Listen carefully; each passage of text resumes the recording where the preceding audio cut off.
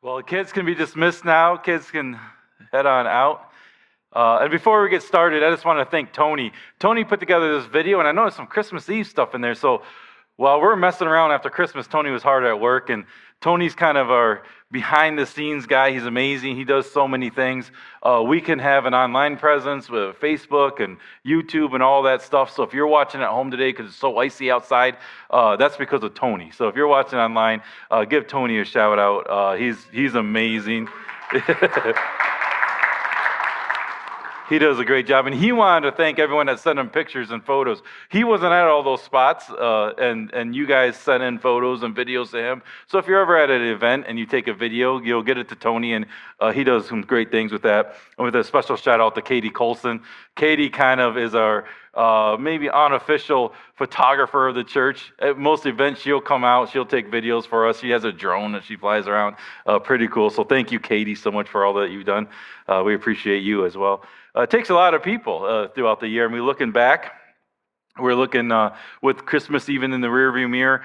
New Year's is right around the corner. We're taking this morning to look back at the things that God has done this year, but also looking forward at what God has in store for us for 2026. And that's what hindsight is. That's what we're talking about today. It's looking back so you can move forward.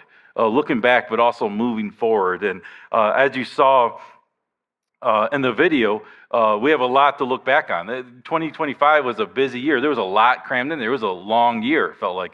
The last couple of weeks as we were putting this video together and talking about it, and about what things could be included in it, I forgot, like the kitchen remodel was this year. That seems like so long ago. The bed build, of course, what a mess VBS was crazy. We had a great group get baptized. I mean, there's so many things that happened this year, and of course, we had the Light the Path campaign and all that went into it, the 40 days of prayer and the prayer vigil, and just all the volunteer appreciations, all the things that we had this year. It was a long, long year, and we had a lot to look back on, and God has blessed us in a lot of ways. Pastor Caleb's here, and Pastor Matt's here during this year. They've been here almost a month, and so that's hard to believe. It's been almost a month, and they've been here. And so there's a lot to look back on. There's a lot to remember about 2025. There's a lot of things that we can mark, and we could build a monument around and say, this is what God has done. And God tells us to look back. He tells us to look back and remember the things that he does. And the fact is that God does them all. He's responsible for them all. God did all those things in the video for us, and we should spend time looking back at the past, and not just this year, like the most recent past, but the past as far as we need to go back, as far as we can. As a church, Casting Missionary Church could look all the way back to the 1960s, and some of you guys were around then, and I won't name you, but you can see all the things that God has done in this church and through this church. I can look back on my life and my whole life and see that God was with me. God was working in my life, and I hope you can look back and see that God was working in your life, and you can take time to look back and see those things. For some of you, that might be a long story, and for others, you might be just getting started. This might be a new journey for you, and you've only known Christ for a short period of time, just a few months, and you can look back and see already what God has done. But whether it's been a long journey or you're just getting started, I hope you can look back and see that God was working in your life, that God is doing things and has done great things for you. So we're speaking of long journeys, very long journeys, like long journeys. Today happens to be April and I's 23rd wedding anniversary. So that's been a long journey. 23 years is kind of crazy. We were talking last night, and we were talking about the year, and it probably wasn't our top 5 year. Like if we had to do a highlight of years, like of 23 years, this probably wasn't our top 5 year. You know, just being honest, there were some hard times in life. You know, we have 5 children, and when you have 5 kids, your life changes constantly, and some of the seasons you find yourself in is harder than others. And this was a pretty hard year. This was one where we lost loved ones. We lost some loved ones that we had this year. We dealt with some cancer diagnosis of family that hit hard and friends that hit hard. Our kids have had struggles, and when your kids struggle, it just kills you as a parent. Elizabeth, our daughter, was impaled by a bike handle, and we had to rush her to the hospital. That was pretty traumatic. And then just a couple months later, she broke her foot while April and I were in North Carolina, so we're hundreds of miles away, and our daughter breaks her foot. That's pretty traumatic. And all the things that you try to avoid in life all seem to hit sometimes at the same time, and it makes it hard, right? But there have been times this year that we've had to pause, we just had to stop, and we just had to look back and at the good times and like, oh yeah, God, you remember that time? You remember the time that God did this? And then it's even helpful to look back at the harder times that we had, because this might not have been a top 5 year, I think, if we were ranking them, but it wasn't a bottom 3.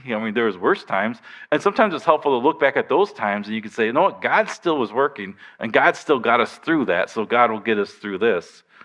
And it helps. It's encouraging to look back at the good times and see how God was working, but it's probably more encouraging for me to look back at the tough times, the hard times, the times that we struggle, and you can still see that God never leaves us. He never forsakes us. He never abandons us. He never leaves us on our own to deal with it. Even in the toughest times, we can look back and say that, God was there with us. God was helping us through it. And so that's what we're doing this morning. We're looking back as we move forward, and that's exactly what Joshua was called to do in the Bible. In the Old Testament, there's a story of Joshua. He was the appointed leader of Israel after Moses died. So after wandering the desert for 40 years, Israel was on the cusp of entering into this land that was promised to them by God, the promised land. And they were about to enter into this new land, the promised land that God had reserved just for them.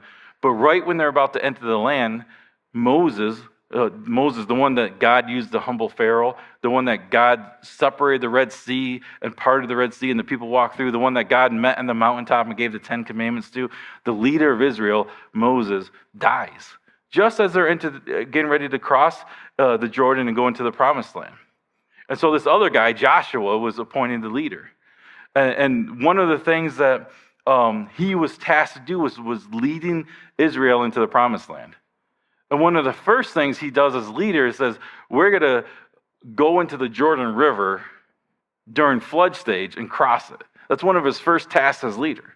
The Jordan River, many scholars believe, was about 100 yards or meters wide, 100 feet wide, up to 10 feet deep. When it's a normal stage, when it's just an average month, an average year. But in flood stages, the Jordan River wasn't a typical river. The flood stages, at some points, it was a half a mile wide and well over 10 feet high. And it would be rushing. It was a serious river during the flood stage. Like if you jumped in there, you're flushed away. The Jordan River during flood stage was not something to go swimming in, not something to go wading around in. It was a pretty serious river. And he says, no, it's flood stage now, but we're going to cross that river to get to the promised land. So as a brand new leader, someone stepping in to replace one of the greats, he says, we're crossing this river. And people are like, you got to be nuts. Like that's got to be certain death. But as soon as they get to the edge of the river, as soon as they get to the edge of the water, they see that it drains away and there's dry ground. That God had stopped the river way upstream and stopped it for them so they could walk across. And the priests came with the Ark of the Covenant and they walked and they stood in the middle of the dry ground of the Jordan River and all the people crossed. Now, I can't imagine that they've just strolled across it thinking, this is great. Look at it, it's all stopped. There had to be some pretty high anxiety. There had to be some pretty nervousness because they knew there was a wall of water ready to let loose. And when they let loose, they was going to wash away everyone that's in that riverbed. So I imagine that they got across there pretty quick. That they weren't just taking their time. They weren't looking at the scenery. They weren't in awe of what God was doing. They were just trying to get across the other side before that wall of water let loose and they were washed away. So I imagine it was a mad rush to cross the river. And when they crossed it, we're going to look at what happens after they crossed it. So we're going to look at Joshua 4, 1 through 7. When the whole nation had finished crossing the river, the Lord said to Joshua, choose 12 men among the people, one from each tribe, and tell them to take up 12 stones from the middle of the Jordan River. From right where the priests are standing, carry them over with you and put them down at a place where you'll stay tonight. So Joshua called together the 12 men he had appointed from the Israelites, one from each tribe, and he said to them, go before the ark of the Lord your God into the middle of the Jordan. Each of you take up a stone on your shoulder, according to the number of tribes of Israel, of the Israelites, to serve as a sign among you. In the future, when your children ask, what do these stones mean? Tell them that the flow of the Jordan was cut off before the ark of the covenant of the Lord, when it crossed the Jordan, the waters of the Jordan were cut off. These stones are to be a memorial to the people of Israel forever. I imagine that they rushed across that Jordan River the first time pretty quickly.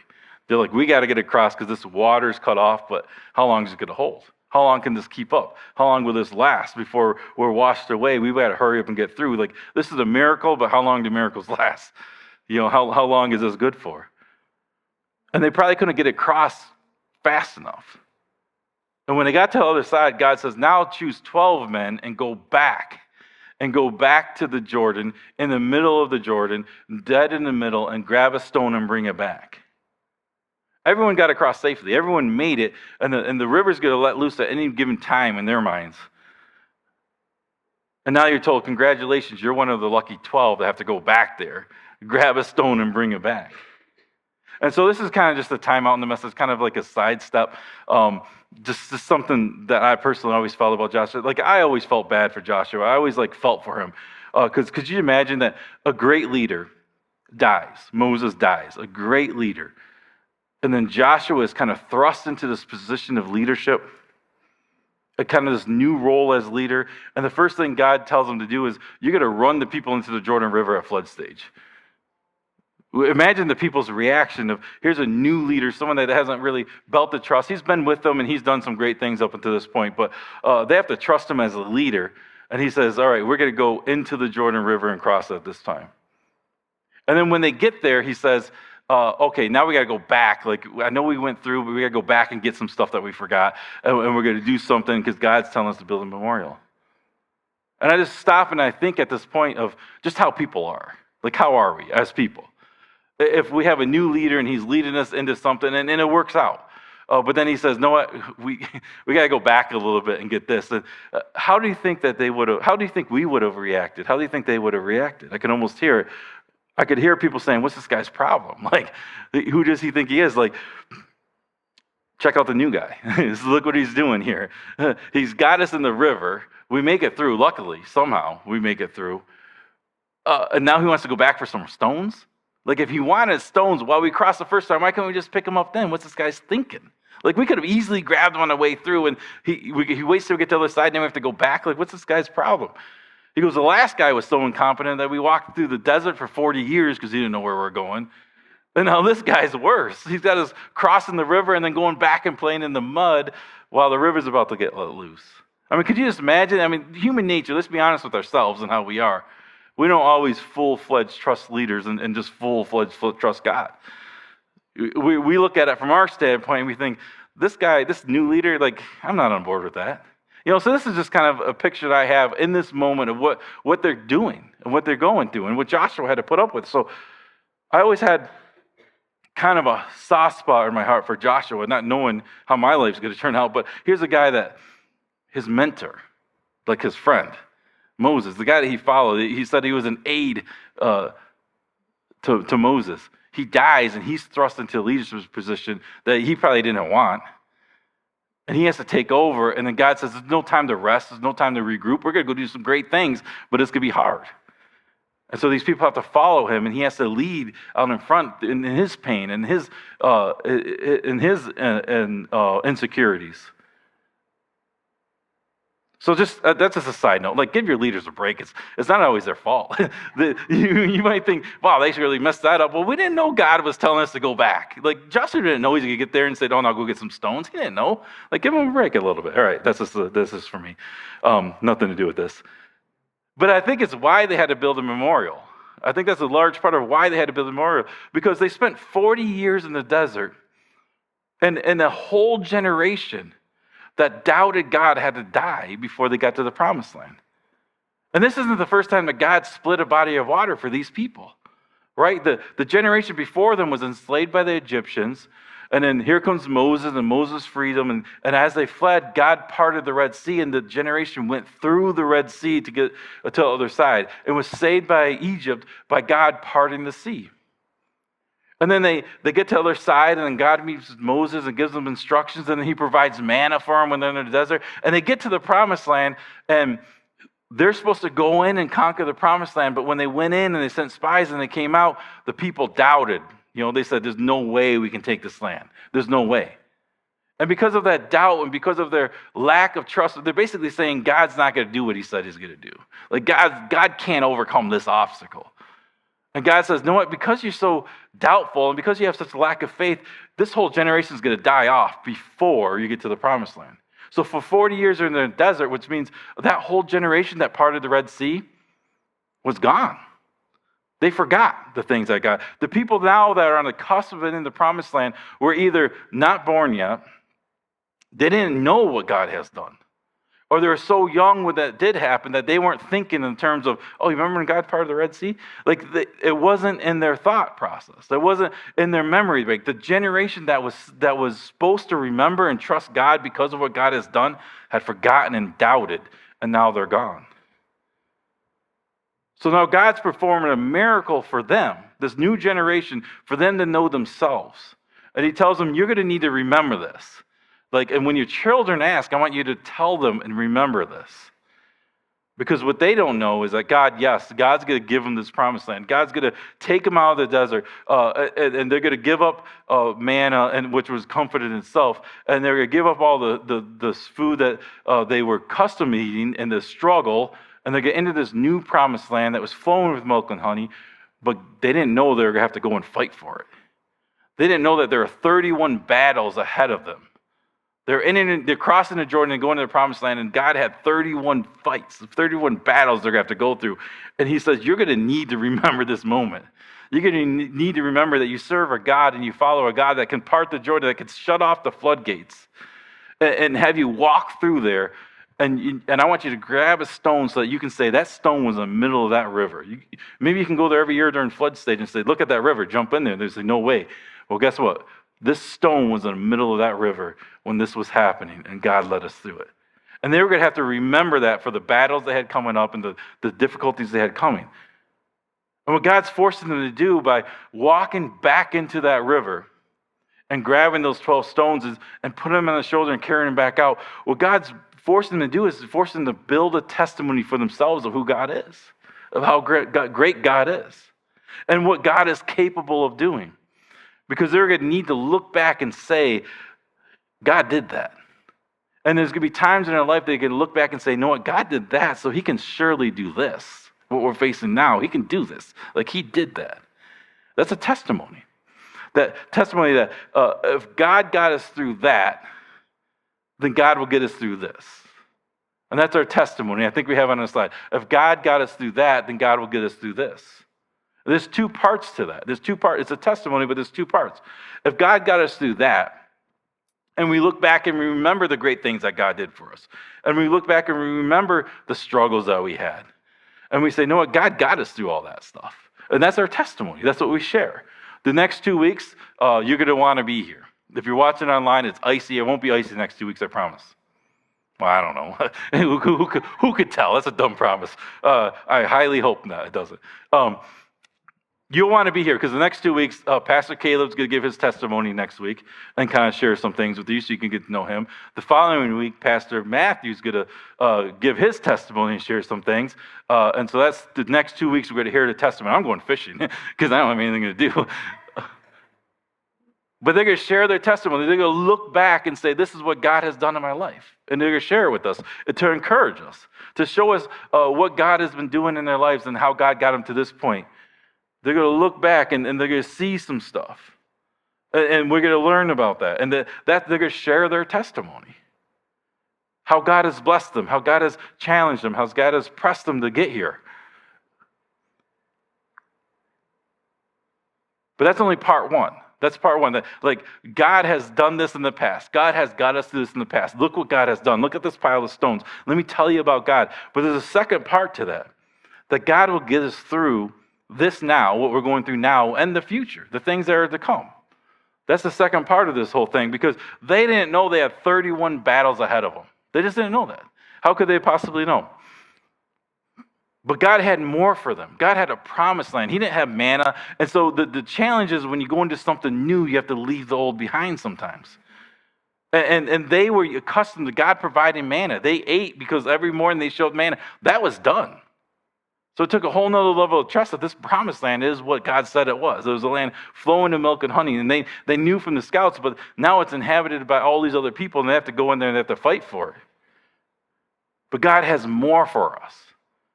And God wants us to move forward.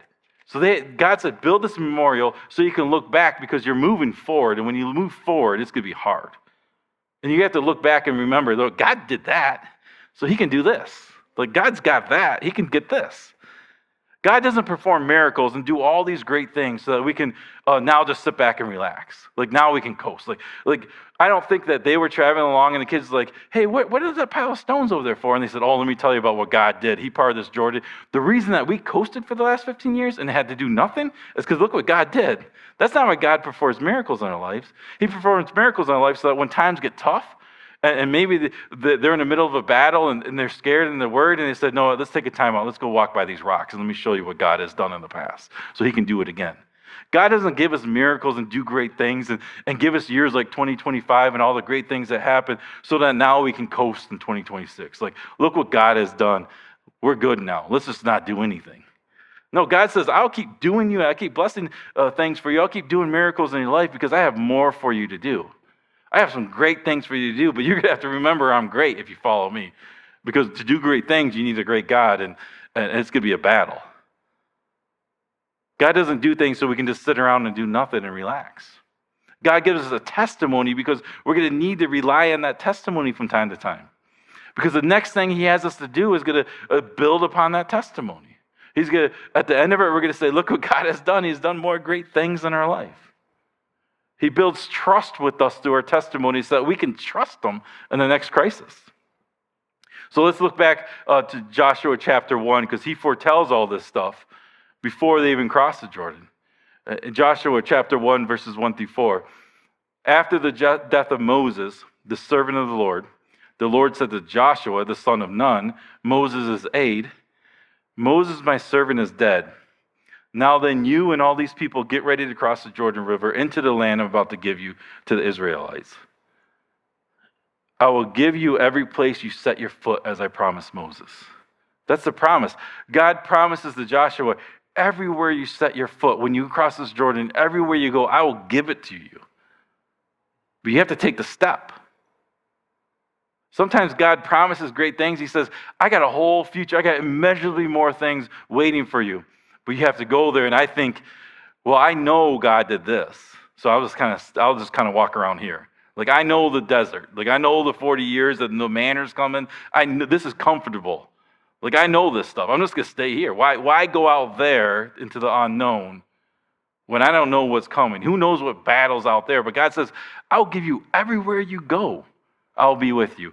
Everywhere you step your foot, I'll let you conquer. I'll lead you there. But you have to take the step. You have to leave the desert. You have to leave the comfort of the unknown. You have to cross that river, and you have to go into a foreign territory sometimes and take it and put your foot down. God says, I'm going to give it to you, but you have to take the step. Are you willing to take the step is what he's asking. Are you willing to talk to that neighbor about Christ? Are you willing to apply for that promotion? Are you willing to go on that mission trip? Are you willing to serve in the church? Are you willing to ask for help for the mess that you created? Are you willing to ask for help for that addiction that you're fighting? Are you willing to take on something new and say, God, I'm ready for what you have for me. I've been in the desert too long. I've stayed in my comfort zone. What's your next steps for me? Are you ready? Not only are you ready, but you're excited because God says, I'll give you it. And then there's another promise found in Joshua 1:5b. We'll call it 1:5b. He says, as I was with Moses, I'll be with you, and I'll never leave you or forsake you. God says he has something new for each and every one of us. He has something new for the church. Are you at a point in your testimony where you say, no, I trust you because of what you've done. I can look back. Here's my monument. Here's my testimony. I'll take that step. I trust you. And are you excited about it? Because this is exciting. They were entering a land that had milk and honey flowing. This says the fruit was like this big, like the best of the best land. In the middle, they just are in a desert, the dry, dusty land. Nothing good's happening in the desert. And now they're going into like this fertile land. They can have all their livestock can eat all they need, get nice and fat. All the vegetables, all the fruit were huge, they said. Are you excited about it? As a church, are we ready to take the next step that God has for us? Are we ready to take it, but also are we excited to take it? It's exciting times. God has a new season for us. He says, and everywhere you take your step, everywhere you walk, I'll be there. I won't leave you. We have Pastor Caleb starting. We have Pastor Matt here. 2 new guys, right? They're the new guys. They have new ideas. They have new passions. They have new energy. I hope that means that we have some new things in store for us. I hope that means that we're going to be doing some things we've never done before. I hope so. Are you excited for that? Are you ready to take that step? Are you excited for that? In 2026, we'll be stepping into something new. God will give us everywhere we step our foot, he says. But we have to take the step. We have to leave our comfort zone. So as we look back, we can lean on our testimony so we can move forward. We have a new building. We have a new building. The building's not going to look the same as it always has been. Are you excited about that? There's going to be new opportunities with a new entrance. Are you excited about that? We have the outreach team again rebranded and relaunched. Are you excited to meet people who don't know Christ in new ways? Does that excite you? God says, go and do these things. Like step your foot into the community, step your foot into Cass City, and talk to the people you haven't talked to before. And I'll be there. Be courageous, he says. When we do these things, it's going to be scary, and there's going to be a testimony we have to lean on. That's what he says. Build a monument. The monuments that we build are reminders of how great God is, reminders that we're not in this alone, reminders that he is there with us. And these monuments, these testimonies, prove to ourselves and to other people that we can trust God. We can trust him. So if you don't do this on a regular basis, this is what I'll challenge you to do before 2026. So we got a couple days. If you don't journal on a regular basis, if you don't make a list, maybe it's not even journaling because we're guys and some of you guys are girls, but we don't journal, do we? Some of us do.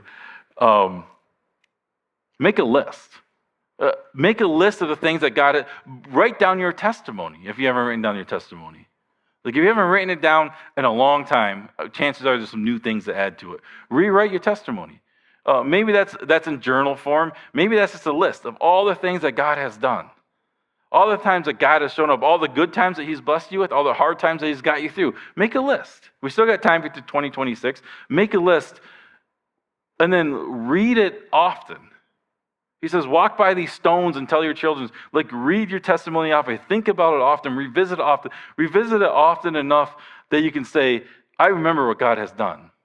That we can say, God got us through that. Read your testimony enough until you're confident. You can say, God's got me through that. And when you believe in your heart, God's got me through these things. God got me through, this is my testimony. Then pray and ask God, say, what do you have for me next? Because if we get to the point where we can say, no, God's got us through that. God did that. Look at all these things. Look at my testimony. Look at the things God got me through. Look where God has got me. Then we can confidently say, hey, God, lead me somewhere else because you got that too. You'll get me through that too.